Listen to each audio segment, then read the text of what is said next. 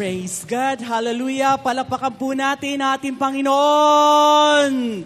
Purihin, purihin, purihin ang ating Diyos na buhay. Sabihin natin, Jesus! Praise God. Hallelujah. Palapakan po natin ating Panginoon.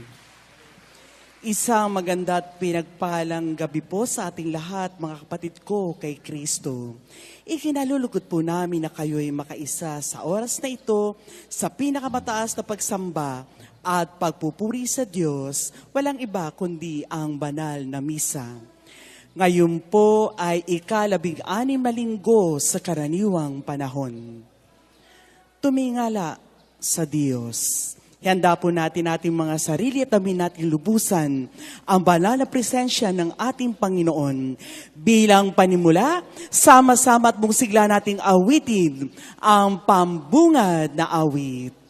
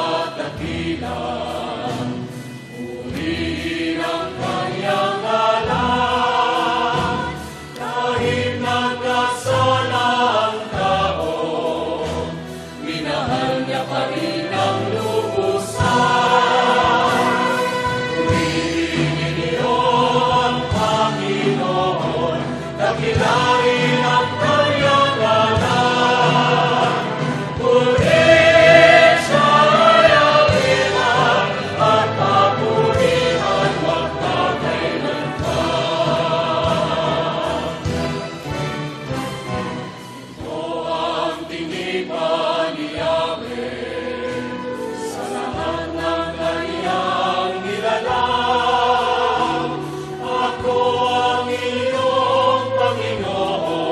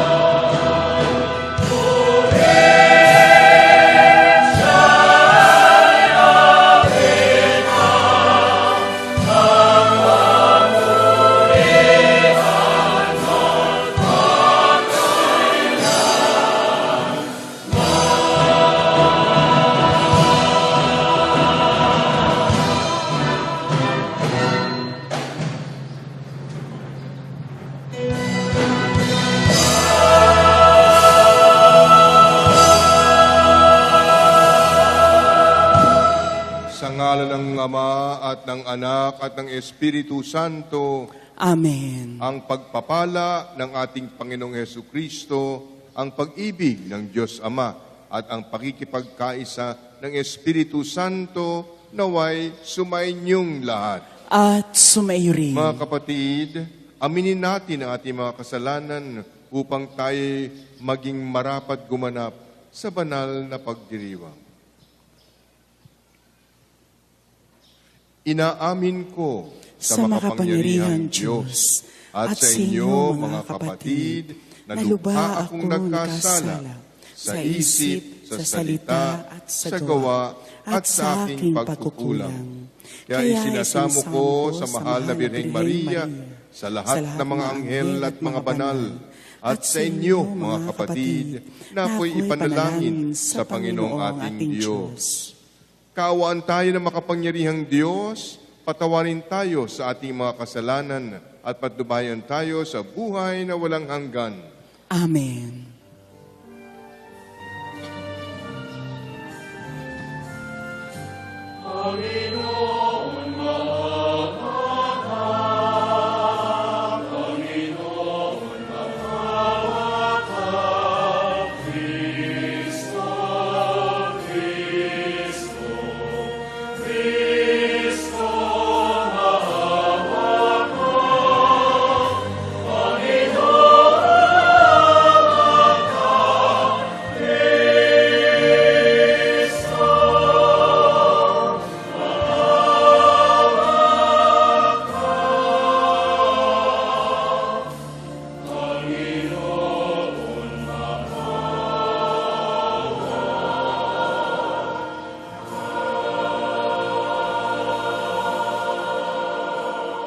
Papuri sa Diyos sa kaitasan.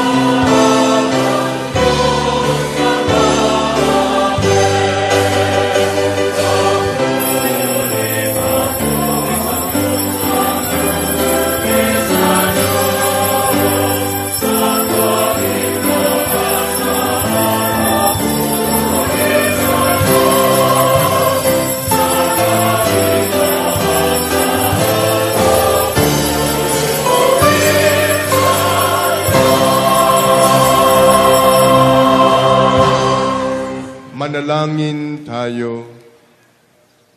Ama naming makapangyarihan, kalugdan mo kami at pagbigyan na magkamit ng kaloob mong karagdagan upang sa maalab naming pananalig, pag-asa at pag-ibig, kami mamalaging tumatalima sa iyong kautusan sa pamamagitan ni Jesucristo, kasama ng Espiritu Santo, magpasawalang hanggan. Amen. Ang pagpapahayag ng salita ng Diyos. Maaari na pong maupo ang lahat. Pagbasa mula sa aklat ng Henesis. Noong mga araw na iyon, napakita ang Panginoon kay Abraham sa Mamre, sa may sagradong mga punong kahoy. Nooy kainitan ng araw at nakaupo siya sa pintuan ng kanyang tolda. Walang ano-ano'y may nakita siyang 3 lalaking nakatayo. Patakbo siyang sumalubong. Yumukod ng halos sayad sa lupa ang mukha at sinabi, "Mga Ginoo, kung inyong mamarapatin, magtuloy po kayo sa amin. Dito muna kayo sa lilim ng punong ito at ikukuha ko kayo ng tubig na panghugas sa inyong mga paa. Magpapahanda tuloy ako ng pagkain para manauli ang lakas ninyo bago kayo magpatuloy sa inyong paglalakbay. Ikinagagalak ko kayong paglingkuran habang naririto kayo sa amin." Sila'y tumugon, "Salamat, ikaw ang masusunod." Si Abraham ay nagdudumaling pumasok sa tolda at sinabi kay Sarah, "Madali ka, kumuha ka ng 30 librang harina at gumawa ka ng tinapay." Pumili naman siya ng isang matabang guya sa kulungan at ipinaluto sa isang alipin.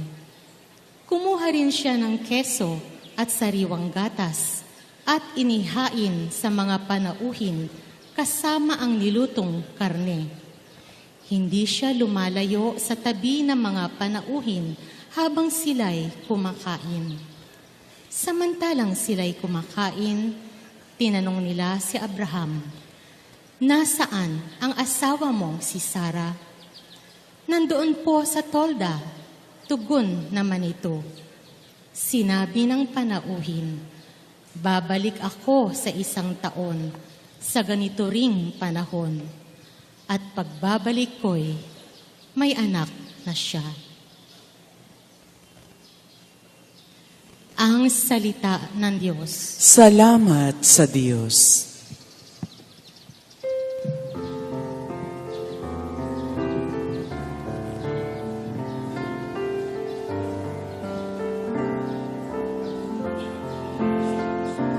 Sino kayang tatanggapin sa templo ng poon natin?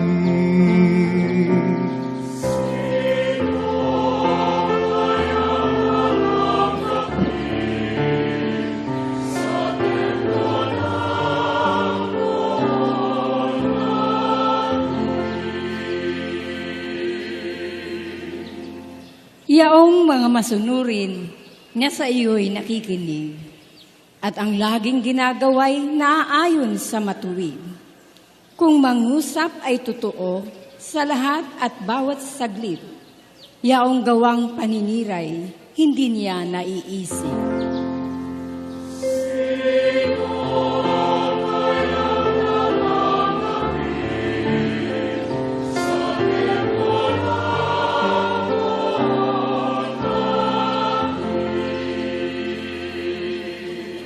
Kailanman siya'y tapat makisama sa kapwa. Sa kanyang kaibigay, wala siyang maling gawa. Hindi siya nagkakalat ng di tunay na balita. At itinatampok niya ang matapat sa lumikha.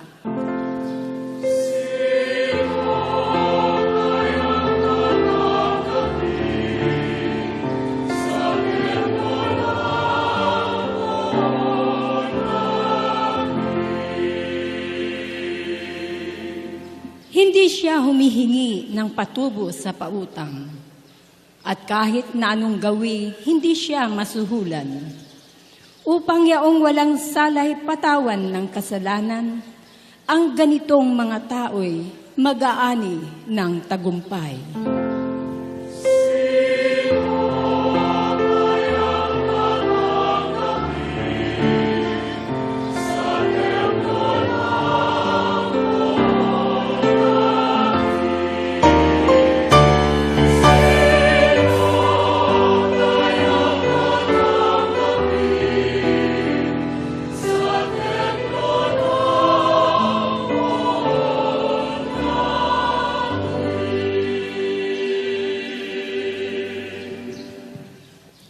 Pagbasa mula sa sulat ni Apostol San Pablo sa mga taga-Kolosas. Mga kapatid, nagagalak ako sa aking pagbabata ngayon, alang-alang sa inyo, sapagkat sa pamamagitan nito'y naipapagpatuloy ko ang paghihirap na kailangan pang gawin ni Kristo para sa simbahan na kanyang katawan. Ako'y naging lingkod nito nang hirangin ako ng Diyos upang ipahayag sa inyo ang kanyang salita. Hinirang niya ako upang lubusang ihayag sa inyo ang hiwaga na mahabang panahong nalihim sa maraming salit-saling lahi. Ngunit gayoy, inayag sa kanyang mga anak. Inibig ng Diyos na ihayag sa lahat ng tao dahil ang dakila at kamanghamanghang hiwagang ito ang hiwaga. Sumainyo si Kristo at dahil dito'y nagkaroon kayo ng pag-asang makapiling ng Diyos doon sa kalwalhatian. Yan ang dahilan kung bakit namin ipinangangaral si Kristo. Pinalalahanan namin ang lahat at buong linaw na tinuruan ayon sa aming makakaya upang maiharap namin sa Diyos ang bawat isa. Sakdal at walang kapintasan dahil sa pakikipag-isa kay Kristo. Ang salita ng Diyos. Salamat sa Diyos. Bilang pagbibigay galang sa mabuting balita, magsitayo po ang lahat.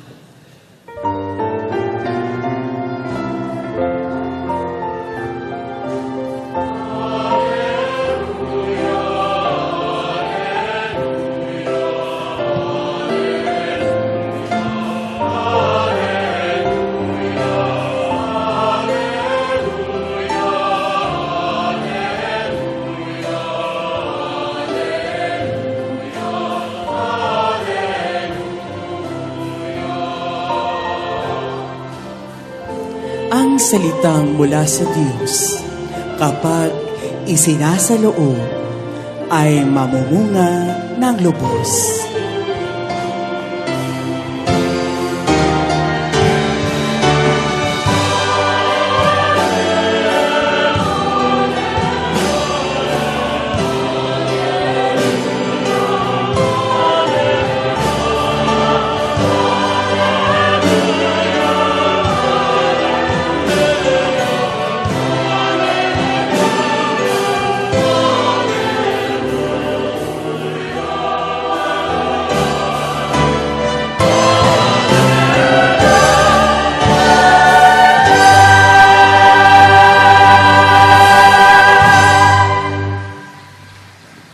Sumainyo ang Panginoon. At sumayo rin. Ang mabuting balita ng Panginoon ayon kay San Lucas. Papuri sa iyo, Panginoon.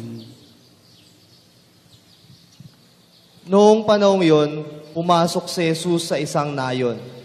Malugod siyang tinanggap ng isang babaeng nagngangalang Marta sa tahanan nito. Ang babaeng ito'y may isang kapatid na Maria ang pangalan. Naupo ito sa paanan ng Panginoon at nakinig sa kanyang itinuturo. Alalang-alala si Marta sapagkat kulang ang kanyang katawan sa paghahanda. Kaya't lumapit siya kay Jesus at ang wika, Panginoon, sabihin nga po ninyo sa kapatid kong, tulungan naman ako. Ngunit sinagot siya ng Panginoon, Marta, Marta, naliligali ka at abalang-abala sa maraming bagay. Ngunit isa lamang ang talagang kailangan. Pinili ni Maria ang lalong mabuti at ito'y hindi aalisin sa kanya. Ang mabuting balita ng Panginoon. Pinupuri ka namin, Panginoong Heso Kristo.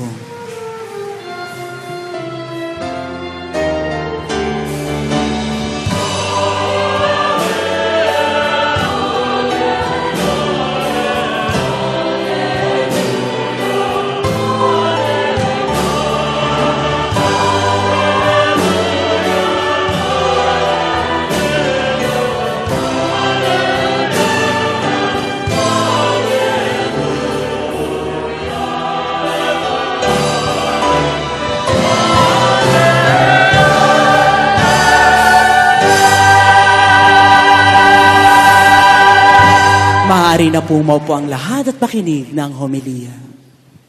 Kay Bishop Jesse Mercado, ang tagapamuno ng ating banal na misa ngayon, kay Brother Mike Velarde at sa kanyang butiing may bahay na si Sister Belen, sa bawat miyembro ng El Shaddai community na sumusunod dito man sa Anvil o sumusunod sa radyo at sa internet, good evening po sa inyong lahat. Mapagpalang gabi po sa inyong lahat. Mga kapatid, tayo po ngayon ay nabubuhay sa isang napaka-busy na mundo. Busy dahil marami tayong ginagawa. Busy dahil marami tayong iniintindi. Busy dahil marami tayong pinagkakaabalahan. Maraming mga nanay ang gumigising ng maaga para masiguradong merong maihahandang pagkain para sa kanyang asawa at para sa kanyang anak. Maraming mga tatay ang gumigising ng maaga upang sila ay magsimula sa kanilang trabaho, upang sila ay merong hanap buhay para sa itataguyod ng kanilang pamilya. Marami namang mga anak na hindi lang nag-aaral, pero sila rin ay nagtatrabaho bilang mga working student para masigurado na meron silang pang-tuition, meron silang pang-allowance na makakatulong sa kanilang buhay, makakagaan sa buhay ng kanilang pamilya. May mga ibang mga tao na maliban sa pagtatrabaho sa weekdays, ay sa kanilang buhay sa weekends ay pinipili pa rin nilang maglingkod sa simbahan, magserbisyo para sa Panginoon. Pero magandang tanong ay, tayo ba bilang mga naglilingkod sa simbahan, bilang mga tao na patuloy na nagtatrabaho sa ating buhay, tayo ba ay, yung ating mga iniintindi ba ay, tayo ba ay inahayaan ba natin ang mga intindihin natin sa buhay ay makaapekto? Ano ba yung pagtingin natin sa ating mga trabaho? Tayo ba ay nagiging aligaga lamang? Tayo ba ay nakafocus lamang sa ating mga gawain? At sa ating mga paglilingkod? At ang hangarin lang natin ay makabigay ng output, makaproduce ng resulta? O tinitingnan natin ang ating trabaho o ang ating paglilingkod bilang isang pagkakataon upang magmahal sa Diyos? Isang pagkakataon na magmahal sa ating kapwa. At maging ito ay isang daan para sa ating kabanalan at daan sa ating kaligtasan. Kung sa ating paglilingkod, nakikita natin na ang Diyos ay kasama natin, na nakikita natin na ang Diyos ay tinutulungan tayo at ginagabayan upang tayo ay magmahal, tayo ay pinagpala. Pero kung tayo sa ating paglilingkod ay naiiwan lang sa mismong pagtatrabaho at hindi na natin nakikita ang kahulugan nito, tayo ay ginagabayan ng ating pagbasa ngayong gabi. Sa ating unang pagbasa, napakinggan natin si Abraham. Si Abraham na tinanggap ang 3 bisitang lalaki na pumunta sa kanyang lugar. Hindi niya alam na ang kanyang bisita pala ay ang Panginoon na mismo. Pero kahit hindi niya alam na ang kanyang bisita ay ang Panginoon na mismo, dali-dali siya sa kanyang paglilingkod sa kanila. Siya ay nagpakuha ng tubig upang merong panghugas sa kanilang mga paa. Siya ay nagpahanda ng pagkain at inumin para meron silang kakainin at makarelax sila sa kanilang pamamahinga sa lugar ni Abraham. Ginawa ito ni Abraham na merong disposisyon. Disposisyon ng pagmamahal, disposisyon ng kababaang loob. Dahil dito, siya ay kinalugdan ng Diyos. Ang Diyos ay natuwa kay Abraham. At ipinangako ng Diyos kay Abraham na ang kanyang asawa na si Sarah ay magkakaanak ng lalaki. Mga kapatid, kapag tayo ay nagmamahal at tayo naglilingkod sa Panginoon na may buong pagmamahal at buong kababaang loob, tiyak, nakikita ng Diyos ang laman ng ating kalooban. Nakikita niya na busilak ang ating kalooban at tayo ay kanyang kalulugdan. Tayo ay kanyang pagpapalain ng higit sa ating inaasahan. Dahil ang Diyos, hindi natin mahihigitan sa ating pagmamahal. Ang Diyos ay hindi natin mahihigitan sa kabukasan ng ating loob. Dahil ang Diyos na ating pinaglilingkuran, ang Diyos na ating minamahal, ay siyang pinagmumulan ng lahat ng pagmamahal. Siya ay pinagmumulan ng lahat ng pagpapala. At wala tayong maibibigay na hindi galing sa Kanya. Amen? Purihin natin ang Panginoon. Purihin natin si Yahweh El Shaddai. Sa ating ebanghelyo naman, napakinggan natin si Marta at si Maria, ang dalawang magkapatid, na tinanggap si Jesus sa kanilang tahanan bilang bisita. Sa kanilang pag-asikaso sa ating Panginoong Jesus, si Marta ay alalang-alala. Marami siyang intindihin, marami siyang concerns, sapagkat kulang ang kanyang katawan upang asikasuhin ang lahat ng bagay. Marahil, unang beses nilang tinanggap si Jesus sa kanilang tahanan. Si Jesus bilang dakilang guro, si Jesus bilang dakilang tagapangaral at tagapagpagaling ng Diyos. Kaya nais niyang masiguro na masarap ang kakainin ni Jesus. Nais niyang masiguro na ang kanilang bahay ay kaaya-aya, lalo na dahil dakilang bisita ang dumating sa kanilang piling. Marahil, dahil nandiyan na ang bisita at marami pang kailangang gawin, natataranta na si Marta. Marahil si Marta ay naiinis na, lalo pat nakita niya ang kanyang kapatid na nakaupo sa paanan ng Panginoong Hesus, nakikinig sa kanyang kwento, nakikinig sa kanyang itinuturo. Kaya nga napakinggan natin si Marta na sinabihan ang ating Panginoong Hesus.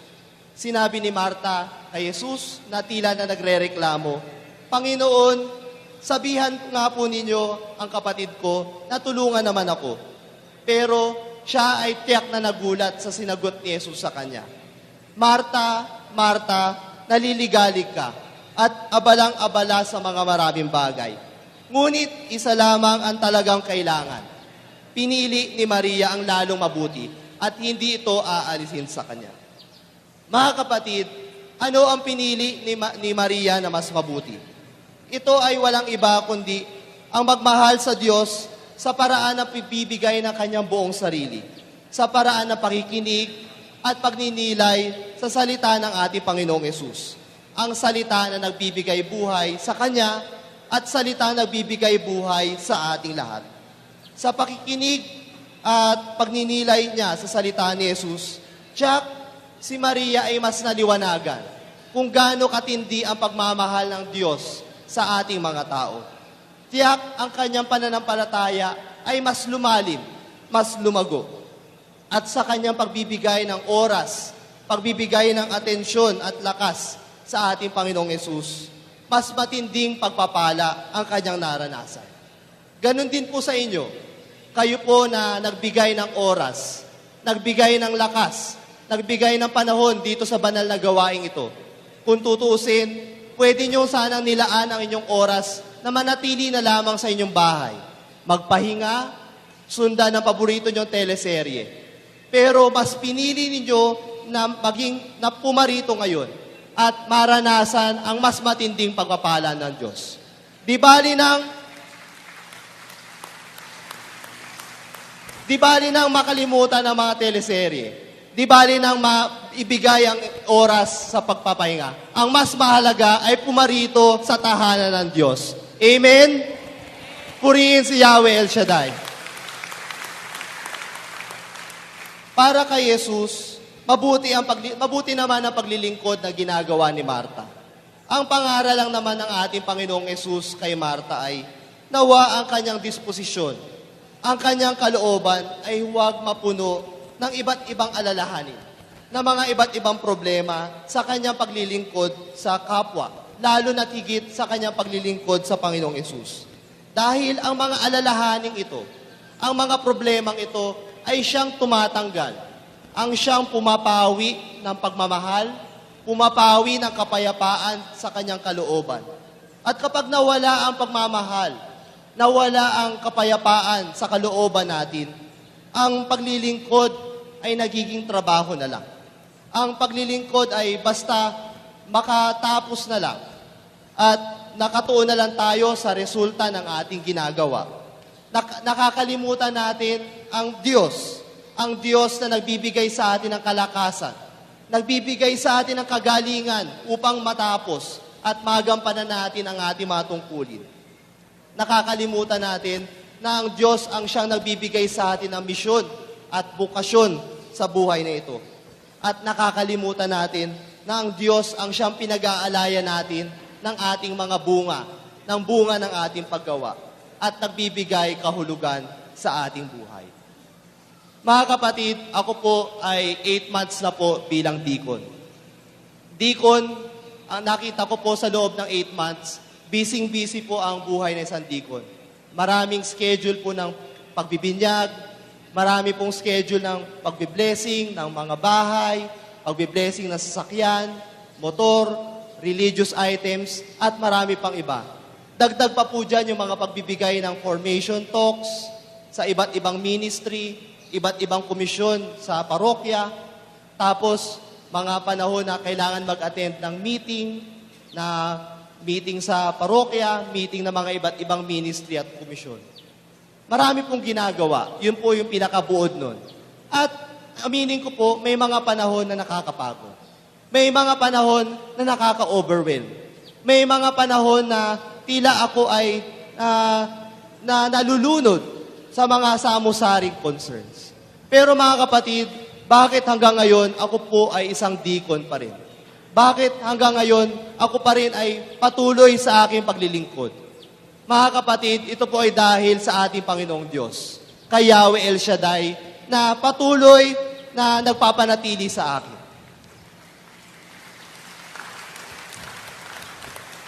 Si Yahweh El Shaddai o ang Diyos, ang Panginoong Diyos natin, ay patuloy kong nakakatagpo sa aking pagdadasal. Na kahit ako man ay may pagkukulang, kahit ako man ay may mga kamalian, kahit ako ay may mga kapintasan, ang mahalaga ay ang Diyos na pumili at Diyos na tumawag sa akin ay patuloy pa rin akong iniibig. Patuloy pa rin akong pinalalakas. At patuloy akong binibigyan ng katatagan upang magpatuloy sa bukasyong ito. Dakila ang ating Panginoon. Dakila si Yahweh El Shaddai. Purihin natin ang ating Panginoon. Ano po ang sikreto upang tayo ay lumago sa pagmamahal sa ating Diyos at pagmamahal sa ating kapwa sa paraan ng ating paglilingkod? Mga kapatid, tulad po ng aking kinuwento, ang sikreto po ay nasa pagdadasal. Ang sikreto ay nasa ating pananalangin. Sa pagninilay natin sa salita ng Diyos na nangungusap sa atin, nagbibigay kalakasan sa atin upang magpatuloy sa buhay na ito. Sa pagpatuloy na pagtanggap natin kay Jesus sa banal na misa, sa pagtanggap ng kanyang katawan at dugo, na nagpapatatag ng ating buhay pananalig, buhay pananampalataya sa kanya. Sapagkat ang Diyos, ang Panginoon na ating nakakatagpo sa ating dasal, ay nagbibigay kalakasan sa atin upang tayo ay magpatuloy at hindi sumuko kahit tayo napapagod, kahit tayo nahihirapan, kahit marami tayong iniintindi o problema sa buhay na ito. Dahil ang Diyos na natatagpuan natin sa ating panalangin, ang siyang nagbibigay kahulugan sa ating ginagawa. Nawa, ang paglilingkod natin sa Diyos, ang paglilingkod natin sa kapwa, ay ang siyang maging daan upang lalo tayong magmahal, upang maging daan sa ating kabanalan, upang maging daan sa ating kaligtasan. Purihin natin ang Panginoon. Purihin natin si Yahweh El Shaddai. At nawa patuloy tayong kumapit sa Kanya dahil Siya ay parating kumakapit at nagtitiwala at nagmamahal sa atin. Amen.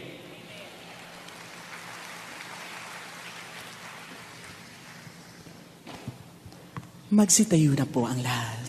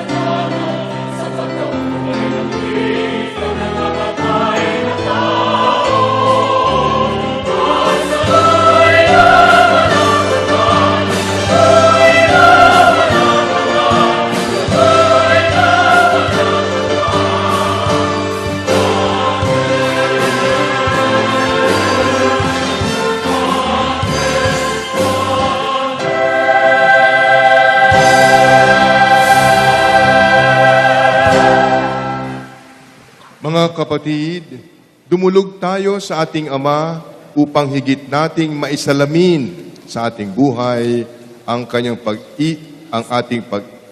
pag-ibig sa Kanya at nang sa gayon ay magiliw at mabuti nating pakitunguhan at paglingkuran ang ating mga kapwa. Buong tiwala nating sabihin, Panginoon, dinggin mo ang aming panalangin. Panginoon, dinggin mo ang aming panalangin. Upang ang mga namumuno sa simbahan at sa pamahalaan ay makinig sa Panginoon at matutong maglingkod ng may kababaang loob, manalangin tayo. Panginoon, dinggin mo ang aming panalangin. Upang ang mga naglaan ng sarili para sa pag-aaruga ng kanilang mga pamilya o paglilingkod sa mga may sakit, mga mahihirap at mga may kapansanan, ay matutong maglingkod na may kagalakan at pagmamahal, manalangin tayo. Panginoon, dinggin mo ang aming panalangin. Upang ang mga naliligalig at abalang-abala sa maraming bagay sa tahanan o sa hanap buhay, ay matutong unahin ang higit na mahalaga sa buhay, nang sa gayon ay hindi sila mapagal ng walang saysay. Manalangin tayo. Panginoon, dinggin mo ang aming panalangin. Upang matagpuan namin ang habag at kabutihang loob ni Kristo sa pakikisalamuha namin sa aming mga kapwa. Manalangin tayo. Panginoon, dinggin mo ang aming panalangin. Upang ingatan ng Panginoon ang lahat na naglalakbay ngayon, pasiglahin ang aming mga katawan at espiritu at bigyan ng kaginhawahan ang mga may sakit at nag-aagaw buhay. Manalangin tayo. Panginoon, dinggin mo ang aming panalangin. O Panginoon, kami iyong gabayan at liwanagan. Gawin mo kaming sensitibo at bukas sa mga nangangailangan na silang sumasalamin kay Kristo. Ito'y hiniling namin sa pamamagitan ni Kristong aming Panginoon. Amen. Ang liturhiya na Eucharistia, ang paghahain ng mga alay.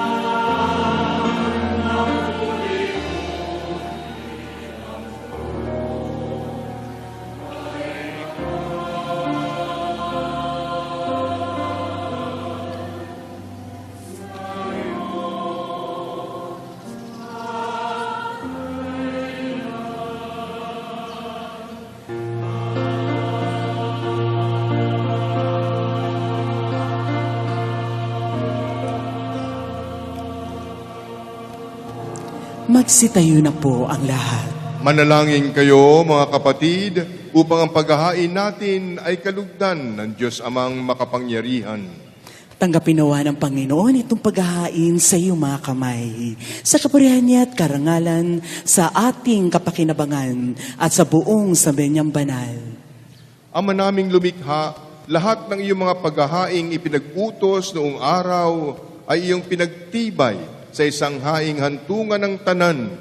Tanggapin ang ginaganap ngayon ng iyong mga lingkod at basbasan mo ito ng kabanalang gaya ng iyong kaloob sa mga alay ni Abel na lubha mong ikinalugod upang ang mga handog ng bawat isang nagbigay para sambahin ang banal mong ngalan ay magkamit ng karagdagan mong kasiyahan.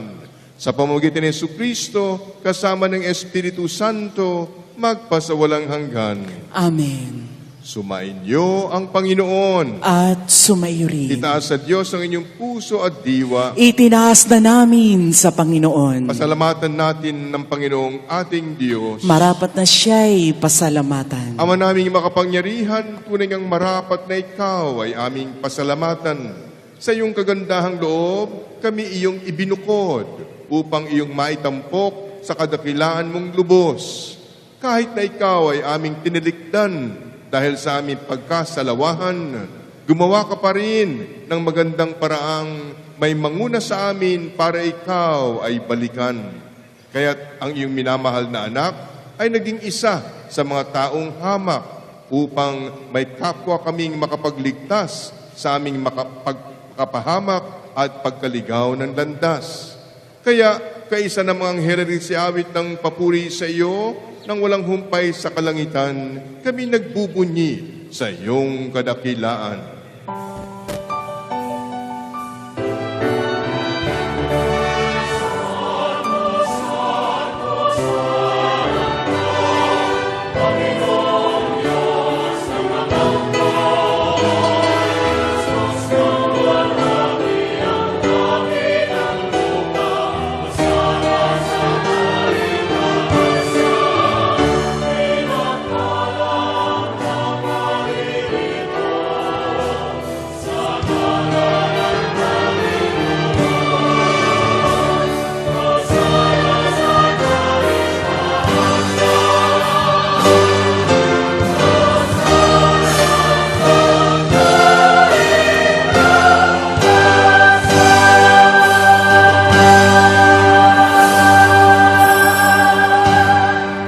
Ama naming banal, ikaw ang bukal ng tanang kabanalan.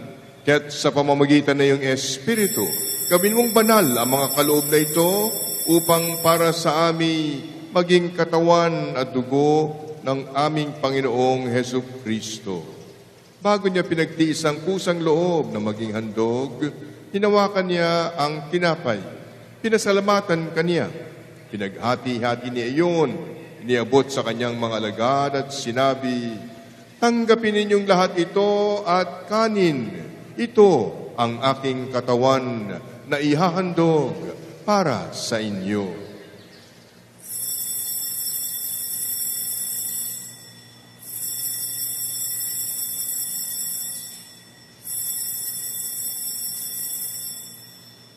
Gayon din naman nung matapos ang hapunan, hinawakan niya ang kalis. Muli kanyang pinasalamatan.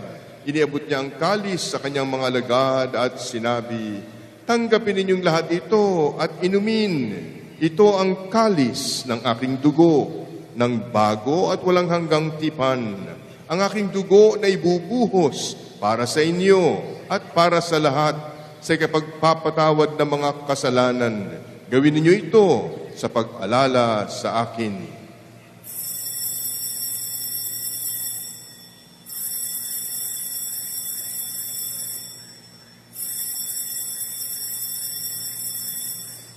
Ipagbunyin natin ngayon ang misteryo ng pananampalataya.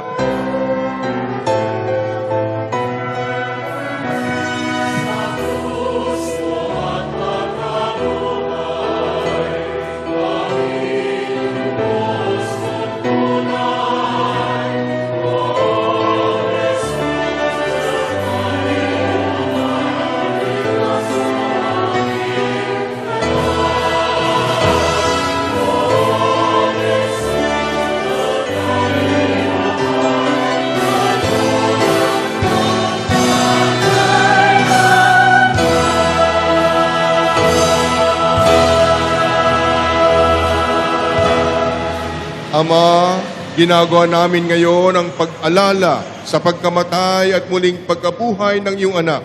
Kaya't iniaalay namin sa iyo ang tinapay na nagbibigay buhay at ang kalis na nagkakaloob ng kaligtasan. Kami nagpapasalamat dahil kami iyong minarapat na tumayo sa harap mo para maglingkod sa iyo. Isinasamo namin kami magsasalo-salo sa katawan at dugo ni Kristo ay mabuklod sa pagkakaisa sa pamamagitan ng Espiritu Santo. Ama, lingapin mo ang iyong simbahang laganap sa buong daigdig. Puspusin mo kami sa pag-ibig kaysa ni Francisco naming Papa at ang iyong abang lingkod at ng tanang kaparian. Alalahanin mo rin ang mga kapatid naming nahimlay nang may pag-asang sila'y muling mabubuhay. Gayon din ang lahat ng mga pumanaw. Kaawaan mo sila at patuloyin sa iyong kaliwanagan. Kaawaan mo at pagintapatin kaming lahat na makasalo sa iyong buhay na walang wakas. Kaysa ng mahal na Birheng Maria, nana ng Diyos, sa kanyang banal na esposo si San Jose, kaysa ng mga apostol at ng lahat ng mga banal na namuhay dito sa daigdig ng kalugod-lugod sa iyo. May pagdiwang nawan namin ang pagpupuri sa ikararangal mo sa pamamagitan ng iyong anak na aming Panginoong Hesus Kristo. Sa pamamagitan ni Kristo, kasama niya at sa Kanya, ang lahat ng parangal at papuri ay sa iyo, Diyos Amang makapangyarihan, kasama ng Espiritu Santo, magpasawalang hanggan.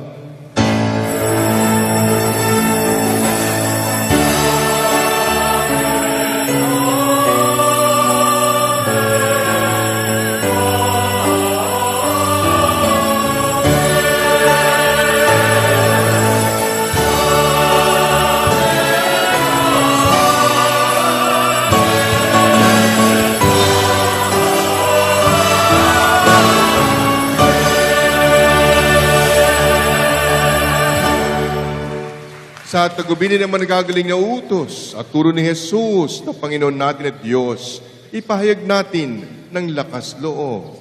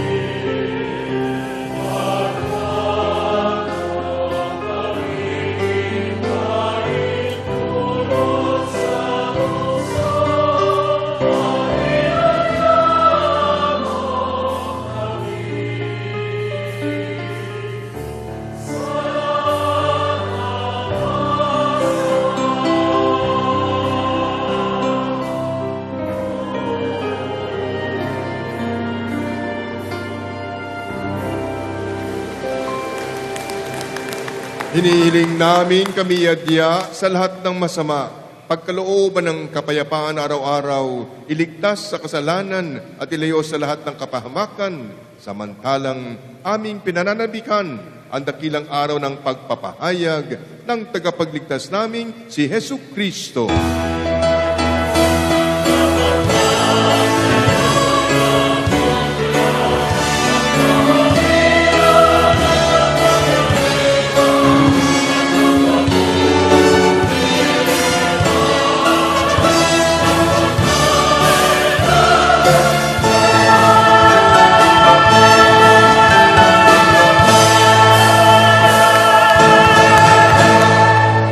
Panginoong Yesu Kristo, sinabi mo sa iyong mga apostol, kapayapaan ang iniiwan ko sa inyo, ang aking kapayapaan ang ibinibigay ko sa inyo. Tunghayan mo ang aming pananampalataya at huwag ang aming mga pagkakasala. Pagkalooban mo kami ng kapayapaan at pagkakaisa ayon sa iyong kalooban, kasama ng Espiritu Santo, magpasawalang hanggan. Amen. Ang kapayapaan ng Panginoon ay laging sumainyo. At sumayo rin. Magbigayan kayo ng kapayapaan sa isa't isa. Shalom. Peace be with you. Peace be with you. Love you. God sent His soul. Love one another.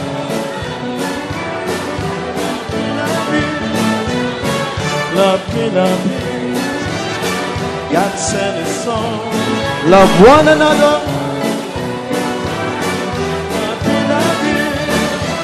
Love God with all your heart, with all your mind and strength. Love your neighbors, you love yourself, and your enemies too. Love God with all your heart, with all your mind and strength. Love your neighbors, you love yourself, and your enemies too. Love me, love you. Love me, love you. So God said it's all. Love one another. Love one another. Love me, love you. Love me, love you. Love me, love you. God said it's so. God said it's so. Love one another. Love one another. Love me, love you. Love God with all your heart, with all your heart and strength. Love your neighbors as you love yourself, and your enemies too. Love God with all your heart, with all your mind and strength. Love your neighbors as you love yourself, and your enemies too. Love me, love you. Love me, love you. Said it's so. God said it's all. Love one another. Love me, love you. Love me, love you. Love me, love you.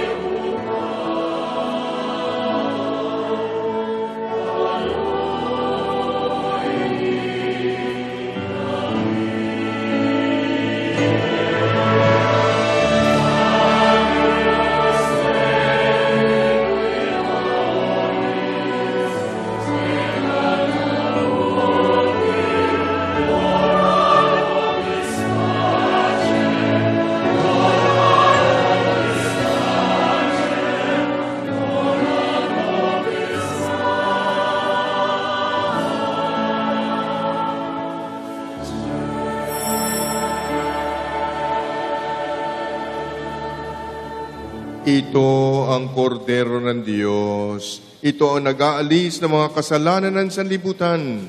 Mapalad ang mga inaanyayahan sa kanyang banal na piging. Panginoon, hindi ako karapat-dapat na magpatuloy sa iyo. Ngunit sa isang salita mo lamang ay gagaling na ako.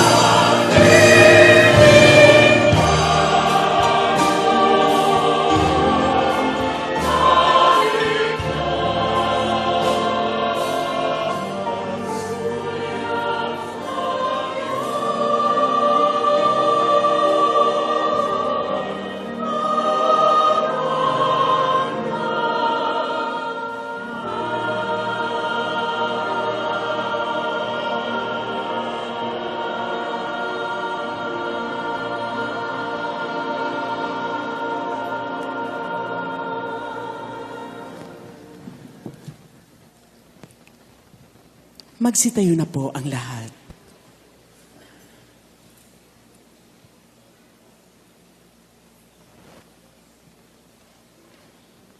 Manalangin tayo.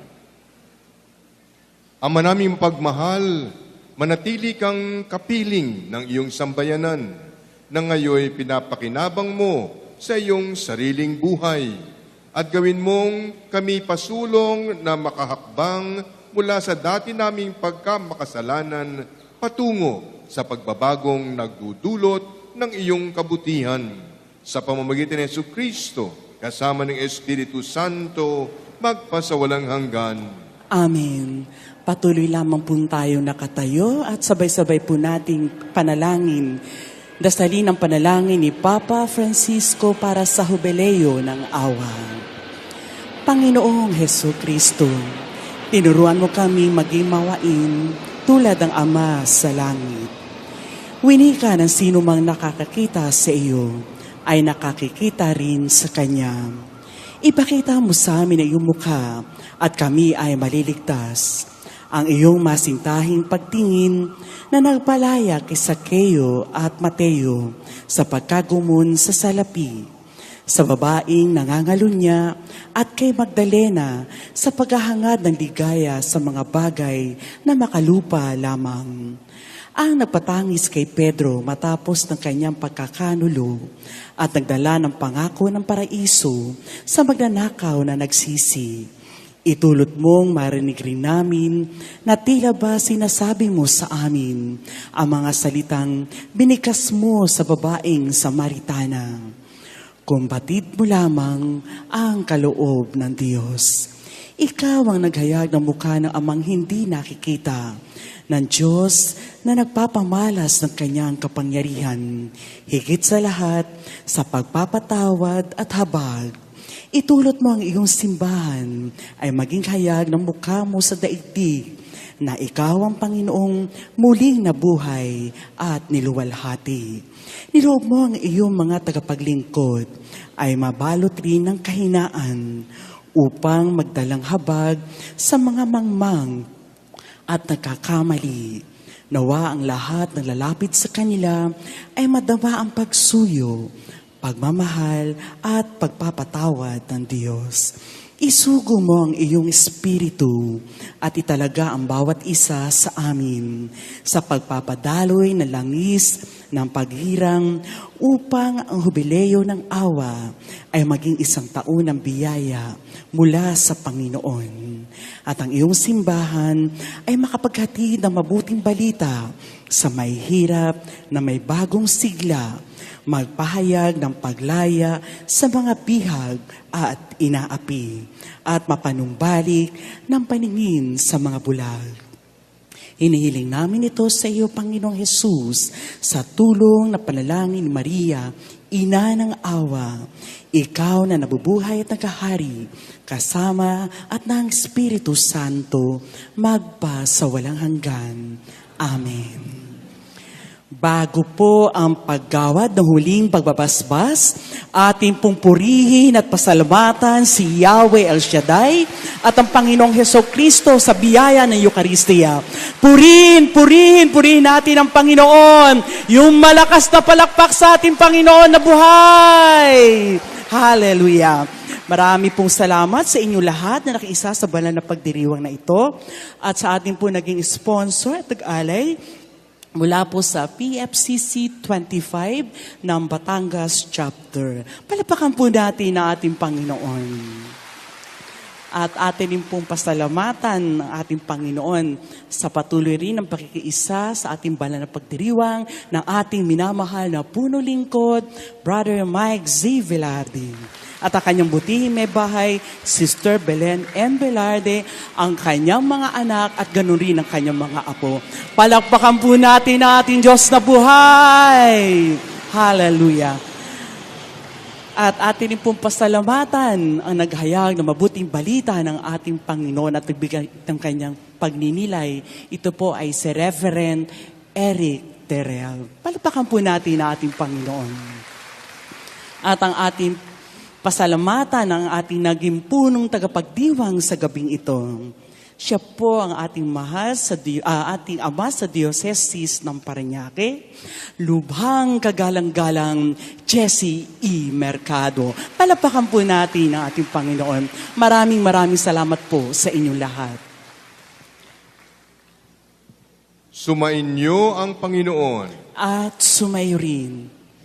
Magsiyuko at hingin ang pagpapala ng Diyos.